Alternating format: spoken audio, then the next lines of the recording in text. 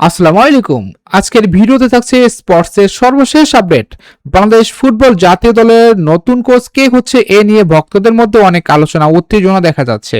অবশেষে নতুন কোচ পাচ্ছে বাংলাদেশ। নতুন কোচ নিয়ে ব্যাপক আলোচনা চলছে এখনো।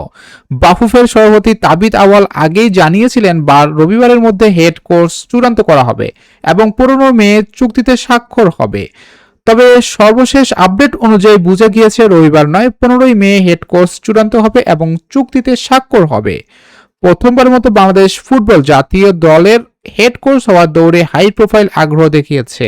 তাদের মধ্যে সবচেয়ে আলোচিত নাম হচ্ছে কোলম্যান। ক্রিস কুলমান খেলোয়াড় হিসেবে ম্যানচেস্টার সিটিতে খেলেছেন। কোচিং ক্যারিয়ারে তিনি এখন পর্যন্ত রিয়াল স্ট্রিদার, স্টারল্যান্ড এবং কোলহাম এর মতো দায়িত্ব পালন করেছেন। তার সবচেয়ে বড় অর্জন হচ্ছে 2016 সালে ইউরোতে কোয়েলসকে 58 বছর পর প্রথমবারের মতো টুর্নামেন্টে নিয়ে আসা এবং সেমিফাইনালে পৌঁছে দেওয়া। তার অধীনে কোয়েলস ফিফা র্যাঙ্কিংয়ে 117 নম্বর পজিশন থেকে নেমে এসে 108 নম্বরে উঠে আসে। তার পাশাপাশি আলোচনায় আছেন জার্মানি কোচ বারান্ডো স্টক। 63 বছর বয়সী এই কোচ ক্রোয়েশিয়া ডোনামানের হয়ে খেলেছেন এবং কোচিং স্টাফও ছিলেন। তবে এখন পর্যন্ত সব মিলিয়ে ক্রিস কোলমান সবচেয়ে এগিয়ে আছে বলে জানা গেছে। বাফুফে এখনো চূড়ান্ত সিদ্ধান্ত দেয়নি। সভাপতি ঘোষণা অনুযায়ী 15 মে সব আনুষ্ঠানিকতা সম্পূর্ণ হবে।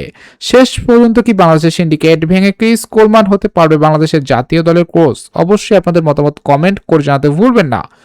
ভিডিওটি এই পর্যন্ত দেখার জন্য অসংখ্য ধন্যবাদ। স্পোর্টস নিয়ে নিত্য নতুন আপডেট পেতে চ্যানেলটি সাবস্ক্রাইব করতে ভুলবেন না। আল্লাহ হাফেজ গাইস।